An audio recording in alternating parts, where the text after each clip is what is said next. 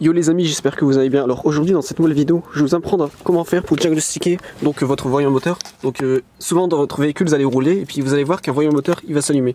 Et du coup je vais vous montrer comment trouver. Donc souvent quand un voyant moteur il s'allume, c'est qu'il y a une panne quelque part. C'est qu'il y a un composant de votre véhicule qui fonctionne pas ou quelque chose qu'il faut remplacer.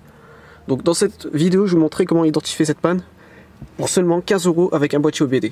Donc pour ceux que ça intéresse, donc ici il s'agit tout simplement d'un circuit ELM 327, c'est compatible avec tous les véhicules à partir des années 2000. Donc sur certaines Toyota c'est à partir des années 1999. Donc vous avez le lien en description de ce produit là.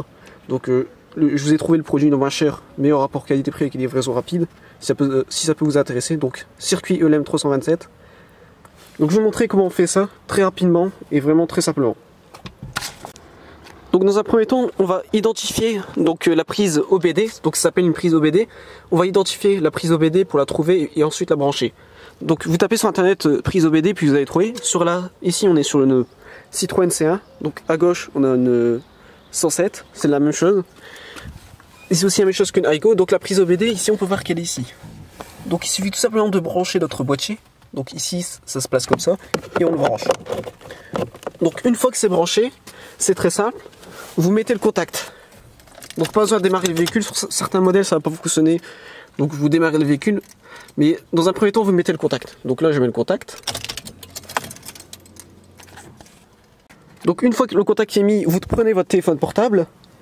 Donc moi j'ai un Android. Si vous avez un iOS c'est la même chose. Donc qu'est-ce que vous faites? Dans un premier temps vous allez activer le mode avion. Donc il suffit tout simplement d'aller dans les paramètres d'activer le mode avion. Moi j'accède directement ici. Donc vous activez le mode avion et ensuite vous allez dans les paramètres, vous accédez au Wi-Fi et en fait vous activez votre Wi-Fi. Donc moi de base il n'est pas activé mon Wi-Fi, j'active la Wi-Fi et là en fait dans ma Wi-Fi on peut voir que il y a un réseau Wi-Fi, donc on actualise. Donc pour actualiser il suffit tout simplement de tirer vers le bas. On peut voir qu'il y a un Wi-Fi qui s'appelle Wi-Fi OBD2, donc il suffit de se connecter dessus. Donc on se connecte sur Wi-Fi OBD2. Donc une fois que c'est fait, une fois que vous êtes connecté au Wi-Fi OBD2, donc bien sûr, avant j'ai oublié de préciser, vous allez dans votre Play Store ou dans votre Apple, vous allez dans la Play Store et vous téléchargez l'application ELM Car Scanner.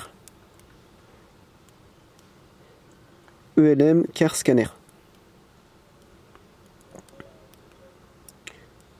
Donc vous téléchargez cette application là et vous l'installez. Donc elle est vraiment très simple à utiliser. Donc d'abord vous téléchargez cette application, vous l'installez, ensuite vous vous connectez comme je vous ai dit, donc vous mettez le mode avion, ensuite vous activez la Wi-Fi, vous vous connectez au réseau qui s'appelle Wi-Fi OBD2. Donc une fois que c'est fait, donc c'est très simple, vous accédez à vos applications et vous accédez à l'application donc Car Scanner. Donc là j'accède à l'application. Avant de lancer il faut la paramétrer. Donc pour la paramétrer il suffit tout simplement d'aller dans configuration. Donc ici le boîtier que vous allez acheter, ça sera exactement le même. Donc le boîtier ici que vous allez acheter, ça sera exactement le même. Ça fait que ce que je fais ici, vous faites la même chose et ça va fonctionner à 100%. Donc une fois que vous êtes allé dans configuration, ici vous cliquez sur configuration, c'est très simple, configuration. Vous allez dans, donc ici, connexion.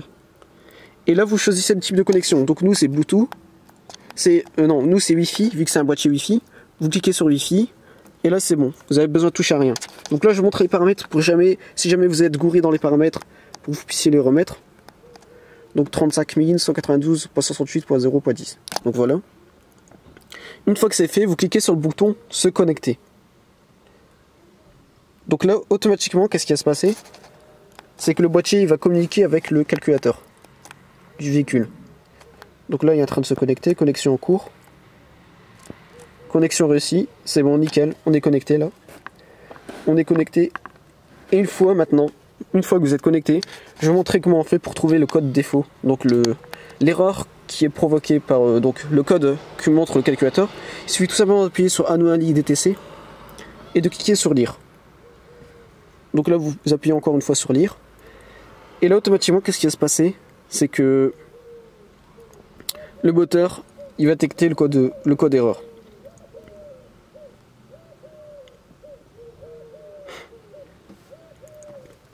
Donc là, en l'occurrence, on a un code erreur qui est P0171. Je ne sais pas à quoi ça peut correspondre. Mais en tout cas, il y a un code erreur. Bon, heureusement, quand je démarre le véhicule, je sais démarrer le véhicule pour voir ce qui se passe. Ah, quand on démarre le véhicule, il y a le voyant moteur qui est allumé. Donc là, je vais vous montrer. Donc là, qu'est-ce qu'on va faire, c'est que on va effacer le code erreur et puis on va voir que le voyant il va disparaître. Donc je fais ça juste à côté pour que vous puissiez voir les deux en même temps. Donc là, on va tout simplement appuyer sur effacer. Donc là, l'effacement il se fait en cours. Ok.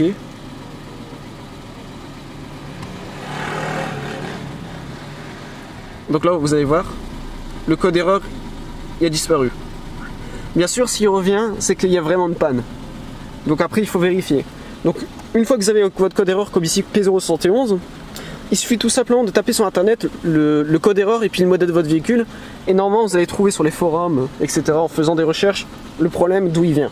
Donc moi, c'est comme ça que je fais et sur quasiment tous mes véhicules, j'ai jamais eu aucun souci. Après, il y a un code erreur assez spécial dont j'ai fait une vidéo sur ma chaîne. C'est le code erreur P0420.